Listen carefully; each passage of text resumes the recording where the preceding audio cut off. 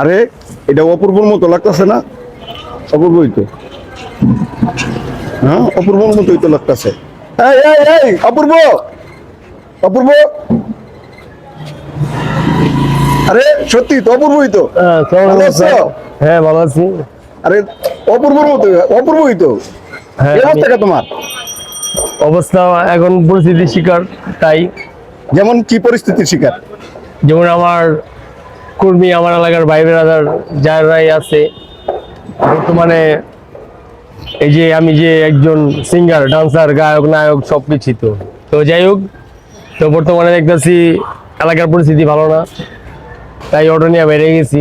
সেই জন্য প্রিন্স অপূর্ব auto auto চালাবে, এটা কি মানা যায়?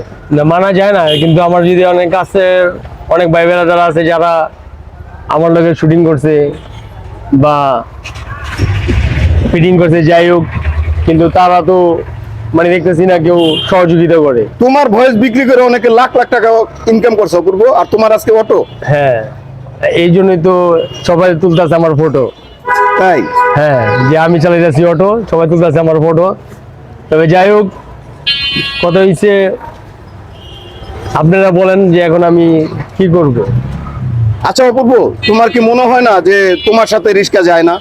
হ্যাঁ, আমার মনে হয়, কিন্তু আমি কি করে খাবো?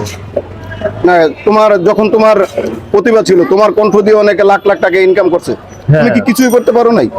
না, আমার যা ছিল ব্যাংক ব্যালেন্স, আমার মা অসুস্থ হওয়ার পর আমার কিছু নাই, তো প্রায় 3 লাখ টাকার মতো আমার পেছে মানে খরচ গেছে। আচ্ছা অপূর্ব, তোমার এই জায়গায় আসার আসলে কার মানে ব্যর্থতা কার ছিল বলো তো? ব্যর্থতা তো আমারই, কারণ এই জায়গায় আসার যে পরিস্থিতি,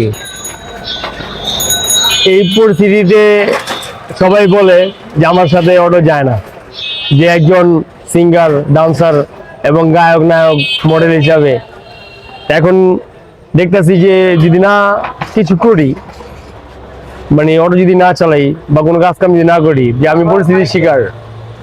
না, তোমার তোমার যে প্রতিভা, একটা আমি জানি যে তোমার সুর কিন্তু হারায় নাই, তুমি চাইলে কিন্তু আবার নতুন করে শুরু করতে পারো সব। হ্যাঁ অবশ্যই, তো ওটা আপনারা একটা সহযোগিতা করেন, মিডিয়ার মাধ্যমে করেন আর যে করেন। আমি নতুন গান লিখছি, আমাদের নেতা ইশরাক আহমেদ, ইশরাক রেনিয়া বর্তমানে সে মেয়র পথে দাঁড়াইব। আচ্ছা একটা একটু গিয়ে শোনাবো আমাদেরকে?